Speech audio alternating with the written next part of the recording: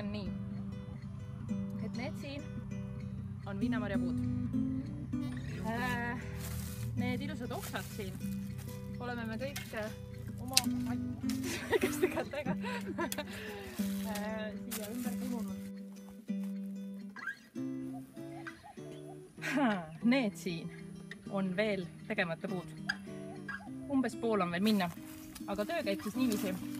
Võtad siit lambist ühe oksa, tõmbad selle alla, vaatad,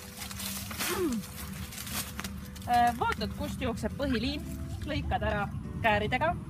Mina lõikan nii, sest minu käed on väga võimekad. Need oksad, mida siin olema ei pea.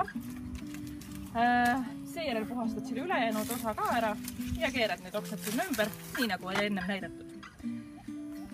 Ja palju õnne sünnipäevaks, Annele! Ja tahtsin veel öelda seda, et sellel aastal ma kahjuks ei jõua su sünnipäeva tähistama, aga ma tähistan seda siin juba terve päeva. Sellest hetkest peale, kui meil algas uus päev, kui tegelikult sinul veel sünnipäev ei olnud, aga meid juba nagu oli, aga tegelikult ei olnud, sest me arvestame sünnipäeva ikkagi Eesti aja järgi.